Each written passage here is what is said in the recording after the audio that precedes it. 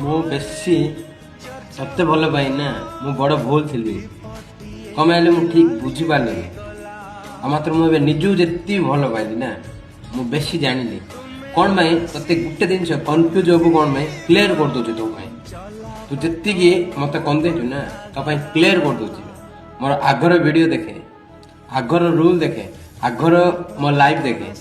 ମୁଁ ଭୁଲ ଥିଲି।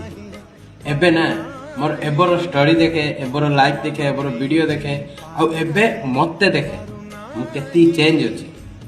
କ'ଣ ପାଇଁ ମୋ ନିଜକୁ ବେଶୀ ଭଲ ପାଉଛି। ଆଗେ ଦୁନିଆ ମୁଁ ଭଲ ପାଉଥିଲି, ଦୁନିଆକୁ ଭଲ ପାଉଥିଲି। ମୁଁ ଜଣକୁ ମୋ ଲାଇଫ୍ରୁ ଅଧିକ ତତେ ଭଲ ପାଉଥିଲି। ସେଇଟା ପାଇଁ ନା ମୁଁ ଭୁଲ ଥିଲି। ଏବେ ମୋର ନା ମନରେ ବି କଷ୍ଟ ନାହିଁ କି ତୁ କ'ଣ ହେଲେ ବି ମୋର ଦୁଃଖ ନାହିଁ। ସତରେ କହୁଛି। କ'ଣ ପାଇଁ ବୋଲେ ସେତିକି ମୁଁ ନା ସେତିକି ଭାବିଲି, ସେତିକି ମନକୁ କଷ୍ଟ ବି ପାଇଲି। ଦୁନିଆରେ କିଏ ନାହିଁ ମୋର, ତୁ ସାର କିଏ ହବୁ ବୁଝୁଛୁ। ମୁଁ ଯିବି ଏକା, ମୋ ସାଙ୍ଗରେ କିଏ ଯିବନି। ମାତ୍ର ଗୋଟେ ଜିନିଷରେ କ'ଣ, ମୁଁ ତତେ ମୋ ନିଜଠୁ ଅଧିକ ଭଲ ପାଇଥିଲି।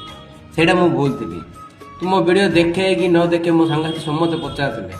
ସେ ଯେଉଁ ଭିଡ଼ିଓ କରୁଥିଲେ ନା, ମୁଁ ସମସ୍ତେ ପଚାରୁଥିଲେ ଯେ ତୋ ଭିଡ଼ିଓ ସେ ଦେଖୁଛି କି। ହେଲେ ମୁଁ ପଥରଟା ପାଖରେ ନା ମୁଣ୍ଡ ବାଡ଼ଉଥିଲି। ମୁଁ ଯେତେବେଳେ ମୋ ଭଗବାନ କିଏ ଜାଣିଲି ନା, ମୁଁ ପଳାଇଲି ତାଙ୍କ ଘରକୁ। ସିଏ ହେଉଛି ମୋ ମା ପାବେ, ତୁ ନାହିଁ।